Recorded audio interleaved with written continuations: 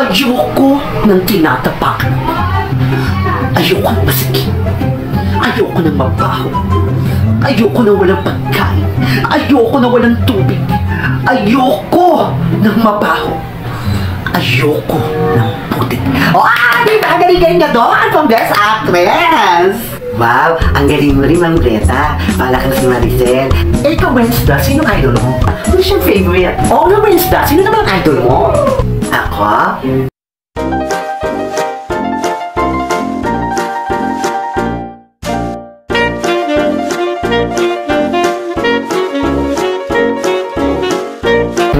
Ma'am Susya, sinong idol mong artista?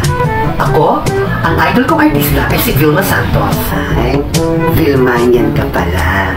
Oo, Wednesday. At ang gusto-gusto kong pelikula niya ay yung Paano Ba Ang Mangarap? Dahil sa dialogue niya doon na ibalik mo sa akin ang anak ko. Ibalik mo sa akin si Junjun. Ibalik mo sa akin ang anak ko. Ibalik mo sa akin si Junjun. At tapos bigla siyang humusagdan. Yun, gusto-gusto ko yun. Ay, ang galing mo palang umarte, Ma'am Susya. Ikaw, Ma'am Barbina, sinong idol mong artista? Me? Ay, idol ko naman si Sharon. Sharonian ka naman pala. Yes, I'm a solid Sharonian. At ang bet na bet kong movie niya ay yung Bukas, Luluhod ang Mga Tala. Dahil gusto-gusto ko yung dialogue niya doon, yung matataas sila, nagkikislapan. Pwes, ipinapangako ko, inay, bukas, luluhod ang mga tala. Ay, mahusay. O diba, ang galing-galing niya doon? Ikaw, Ma'am Greta, sinong idol mong artista? Ako? Ay, baka malas na Soriano ako. Solid, na solid. Ay, si Maria, Maricelian ka naman pala. Marami akong favorite movie ng idol ko si Maricel. Lalo-lalo na yung Kaya Kong Abutin ng Langit. Gustong-gusto kong dialogue niya doon yung ayoko ng tinatapakan. Ayoko ng masikip. Ayoko ng mabaho. Ayoko ng walang pagkain. Ayoko ng walang tubig. Ayoko ng mabaho. Ayoko ng putik. Di ba? Galing-galing ka doon from Best Actress! Wow, ang galing mo rin, Ma'am Greta. Pala kang si Maricel. Ikaw, Wednesday, sinong idol mo? Who's your favorite? Na Wednesday, sino naman ang idol mo? Ako? Baka Nora Honor ako eh. Noranian ka pala? Si Ate Guy. Ay, the one and only superstar. Marami akong paboritong pelikula niya. Lalong-lalo na yung Himala.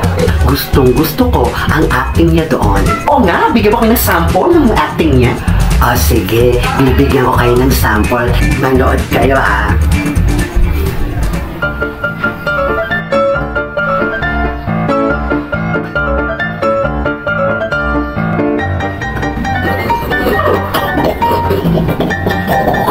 Wednesday, ano nangyari sa'yo? Parang sinasagiban. Parang siya na-focus. Nag-e-emote ako. Huwag kayong magulo. Ganito talaga ako mag-emote bago umarte.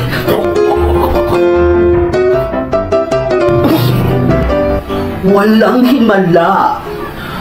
Ang himala ay nasa puso at isip ng tao. Walang himala.